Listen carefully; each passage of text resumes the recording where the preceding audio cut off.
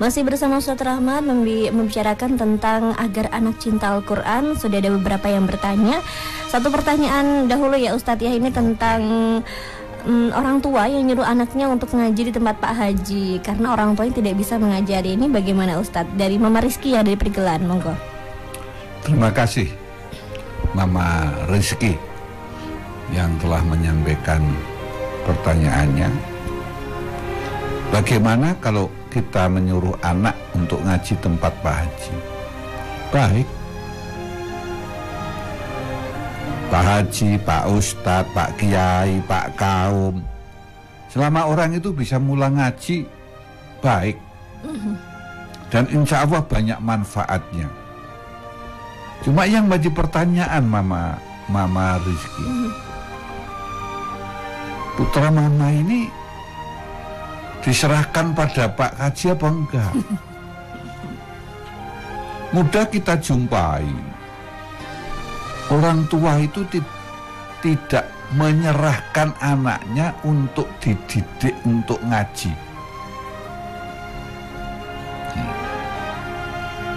Cuma kalau nggak ngaji disuruh ngaji. Ya baik menyuruh ngaji pada putranya.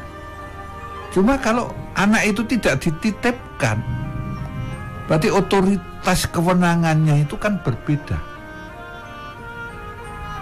Jadi untuk merasa ini bahwa saya sekarang menjadi wakil orang tuamu, itu tidak bisa karena tidak ada penyerahan, tidak ada mandat anak saya untuk diajar ngaji. Aduh, itu kecil itu orang tua yang titip anaknya. Kedua, yang menanyakan anakku itu ngajinya pinter apa tidak, apa yang harus aku lakukan, itu enggak, ya sudah berangkat pulang, sudah enggak urus. Kalau nggak berangkat disuruh berangkat. Suruh berangkat. Ini kondisi yang terjadi. Artinya seolah-olah bahwa yang butuh ngaji itu adalah gurunya. Orang tuanya karena ada yang membuka plakat dalam arti tidak tertulis, gelem mulang ngaji, disuruh ke sana. Itulah hebatnya umat Islam.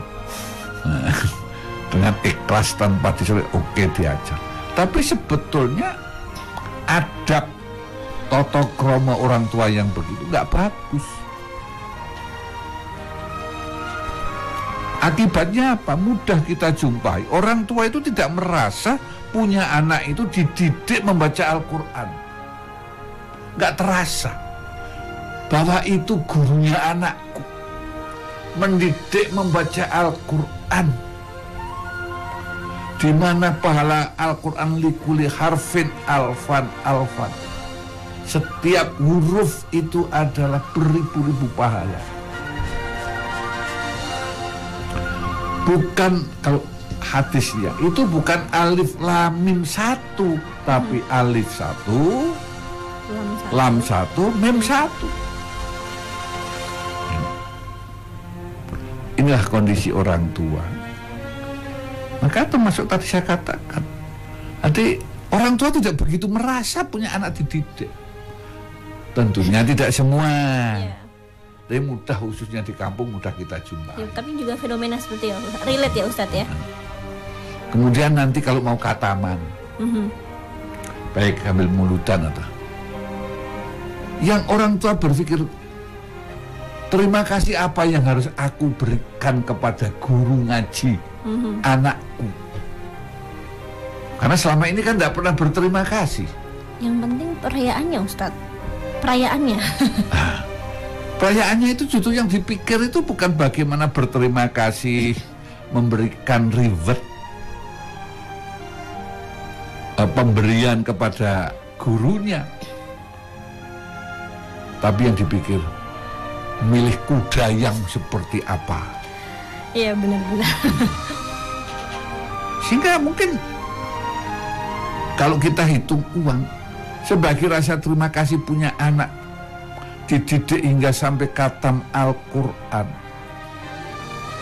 di mana nanti saya, nah itu bahasa komunikasinya, saya orang tuanya maksud saya itu, di mana saya orang tuanya nanti di akhirat akan mendapatkan tanda di jidatnya, di batuknya.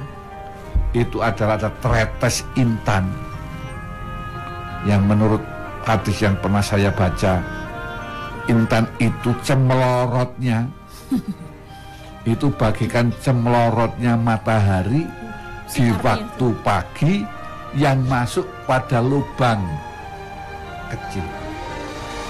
Umpamanya kalau dulu rumah saya ya banyak yang cemelorot itu. Sinar-sinarnya masuk ya Ustadz ya? Karena apa? Rumah saya itu dulu dabak, bolong-bolong itu. Nah sekarang udah gedong, nggak ada cemelorotnya itu. Ventilasinya yang kecil-kecil Ustadz. Ini saya ini akan mempunyai khas di batuk saya ini ada tandanya. Dan anak saya insya Allah bisa menyelamatkan saya dari siksa kubur maupun siksa neraka dengan Al-Quran. Tapi apa yang terjadi? Mungkin nggak ada 500 yang diberikan pada gurunya ngaji itu, yang selama ini juga tidak pernah memberikan. Disitulah kadang yang menjadikan ilmu itu kurang barokah.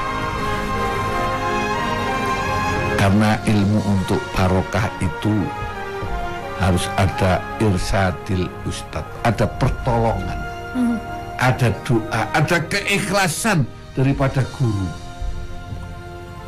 Ini dalam memancarkan, bukan sekedar sambil lalu, tapi betul-betul keikhlasan diberikan ilmu itu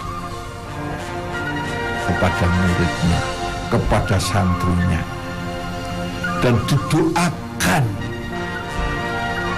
auladana wa dzurriyyatna min ahli ilmi, anakku dan murid-muridku untuk jadi ahli ilmu, wa min ahli kal khair, jadikanlah ahli keluarga atau orang-orang yang baik di hadapanmu ya Allah. Ini Kiai sampai ke sana. Berat sebenarnya Ustadz ya? Oh Kiai berat sekali. Bagian anak didiknya tidak hanya satu Ustadz, yang banyak. Gitu-gitu. Itu karena Ustadznya miskin. Sehingga kalau hari raya zakat orang tua itu, untuk zakat untuk anaknya diberikan tempat kiai, ada yang direbut oleh panitia. Kasus ini. Betul nggak ini? Iya. Ini panitia banyak ngomong, nggak boleh. Kiai itu nggak punya hak menerima zakat, itu haknya orang miskin. Sementara kiai ini miskin juga. Tapi kan banyak, mungkin kan lihatnya panitia lihatnya, oh kok banyak sekali yang ke Pak Ustadz misalkan. Tapi perjuangan dia, kenapa kok yang menjadi pertanyaan, kenapa kok masyarakat itu ikhlas, lebih ikhlas diberikan kepada tanda petik orang miskin, bukan ustadznya, orang miskin itu, karena kiprahnya, pengabdiannya yang begitu ikhlas. Panitia berani mau ngajar tidak dibayar. Inilah cara berpikir yang mestinya bukan sekedar ilmu teori, tapi bagaimana implementasinya, kontekstualnya itu kayak apa. Dan ini banyak yang nggak paham, lebih anak muda. Dia sering buka hadis tapi dia tidak tahu tidak pernah membaca syarah hadisnya, mengimplementasikannya Ustadz ya. Apalagi untuk mengimplementasikan. Jadi syarahnya aja nggak pernah baca, dia hanya terjemahan. Lebih parah dia bacanya majalah. Iya, Masya Allah, luar biasa. Ini memang ternyata perjuangan Pak Kiai atau Pak Haji ya Ustadz ya, yang mengajarkan Al-Quran. Guru ngaji kampung itulah, atau enaknya bilang Kiai kampung.